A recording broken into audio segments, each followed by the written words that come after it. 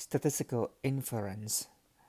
To study statistics is to study the sample of a population. For the population, the parameters can be the proportion p, the mean mu, the standard deviation sigma. Usually these are unknown, and these are the properties of the populations. We call them the parameters.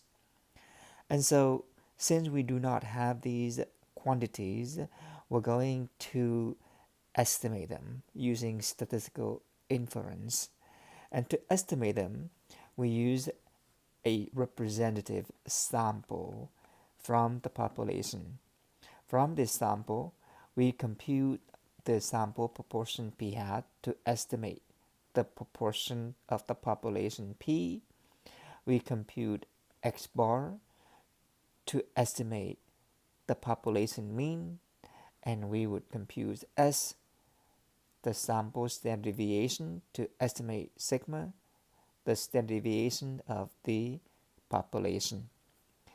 These are known as the statistics, and this is what we study. It is important to note that the sample we use needs to be an unbiased, a good sample for this to work, and it has to be random. There are three forms of statistical inference. The first one is called the points estimation. The name suggests that this estimate only uses one single number. So for example, we're going to use p hat to estimate p, we're going to use x bar to estimate mu, we're going to use S to estimate sigma. These will be unbiased estimators. The second form of the statistical inference is the interval estimation.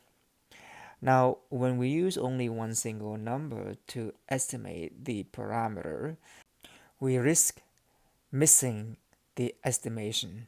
For example, if the population proportion is 0.5 and we use p hat, which is the sample proportion, to be 0.4, then 0.4 is not 0.5 and we missed it.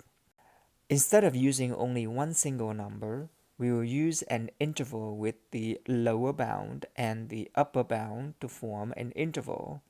And this interval would consist of many values, and we estimate that the parameter is one of these values in this interval. To do this, we will construct confidence interval with various confidence level.